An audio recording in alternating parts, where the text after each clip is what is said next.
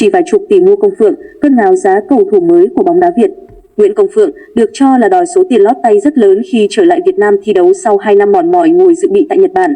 Tối ngày 16 tháng 9, xuất hiện thông tin Nguyễn Công Phượng muốn có 24 tỷ đồng, gần 1 triệu USD, tiền lót tay cho 3 năm hợp đồng khi trở về Việt Nam. Công Phượng hầu như không được thi đấu các trận chính thức trong suốt 2 năm qua nhưng giá ngang với các tuyển thủ hàng đầu tại V-League. Cơn ngáo giá mới. Đầu tiên, số tiền mà các cầu thủ Việt Nam nhận được qua những bản hợp đồng gần đây tăng phi mã. Từ năm 2017 đến 2020, để sở hữu một cầu thủ đá chính của đội tuyển Việt Nam như Trọng Hoàng, Quế Ngọc Hải hay Vũ Minh Tuấn, các đội bóng chỉ phải chi ra từ 2 đến 3 tỷ đồng mỗi năm, tùy vào phong độ và danh tiếng của mục tiêu chuyển nhượng. Cơn bão trên thị trường chuyển nhượng dần bắt đầu từ năm 2021 với sự xuất hiện của câu lạc bộ Bình Định. Đến năm 2023, khi câu lạc bộ Công an Hà Nội và Nam Định bước vào cuộc chơi, giá trị chuyển nhượng cầu thủ như một cơn cuồng phong. Những cầu thủ như Đoàn Văn Hậu, Bùi Hoàng Việt Anh đều nhận 6 tỷ trên năm chưa kể lương, thưởng. Hồng Duy, Văn Thanh nhận 5 tỷ đồng, Văn Đoàn sau khi chia tay Seoul Airlines có ngay 7 tỷ đồng mỗi năm. Đầu mùa giải 2023-2024, Phạm Tuấn Hải nhận 24 tỷ với 3 năm ở lại cống hiến cho Hà Nội FC.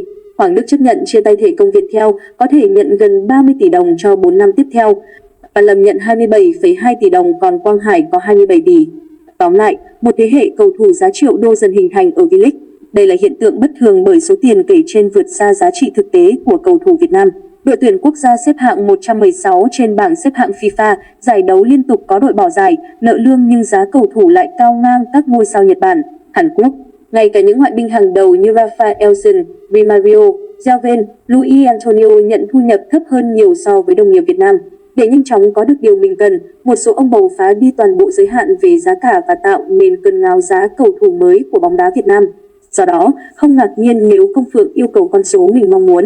Đối chiếu với những gì bạn bè của anh nhận được, 8 tỷ đồng mỗi năm cũng là bình thường, hợp lý với tình hình hiện tại ở V-League. Công Phượng vẫn có ảnh hưởng lớn. Theo nguồn tin của báo điện tử VTC News, đội bóng mà Công Phượng đàm phán vẫn đang nâng lên, đặt xuống con số 24 tỷ đồng. Thời hạn đăng ký thi đấu cho giải hạng nhất không còn nhiều, tạo áp lực lên cả hai phía. Việc Công Phượng thất bại hoàn toàn khi sang Nhật khiến cho ông chủ đội bóng dù rất mê chân sút xứ Nghệ nhưng lo ngại sập bẫy ngáo giá. Dẫu vậy, không thể phủ nhận sức hút của tiền đạo từng là ngôi sao số 1 của bóng đá Việt Nam. Công Phượng mang đến sức hút rất riêng biệt về truyền thông. Chỉ cần cầu thủ sinh năm 1995 bước ra sân, mọi sự chú ý sẽ đổ dồn vào anh. Nếu một câu lạc bộ cần đánh bóng tên tuổi của doanh nghiệp, ông bầu tài trợ thì Công Phượng là lựa chọn hoàn hảo theo đúng nghĩa đen. Tên của Công Phượng và đội bóng chủ quản ngập tràn trên mỗi mặt báo mỗi sáng sau trận đấu. Định giá của một cầu thủ dựa trên số năm trong bản hợp đồng, thông số chuyên môn, tầm ảnh hưởng và giá trị thương mại. Thực tế, Công Phượng vẫn luôn thi đấu rất ấn tượng khi trở lại V-League dù vừa thất bại trong hành trình sang Nhật. Với một cá nhân đã khẳng định được thương hiệu, giá trị thương mại lớn và chuyên môn tốt, họ xứng đáng nằm ở nhóm có thu nhập tốt nhất. Ở đây, con số 8 tỷ đồng chính là mặt bằng chung của nhóm ngôi sao ở đội tuyển Việt Nam đang được hưởng. Mặt bằng giá cầu thủ được đẩy lên vì sự khan hiếm những cầu thủ vừa hay về chuyên môn, vừa phù hợp với chiến lược kinh doanh, quảng bá truyền thông của câu lạc bộ.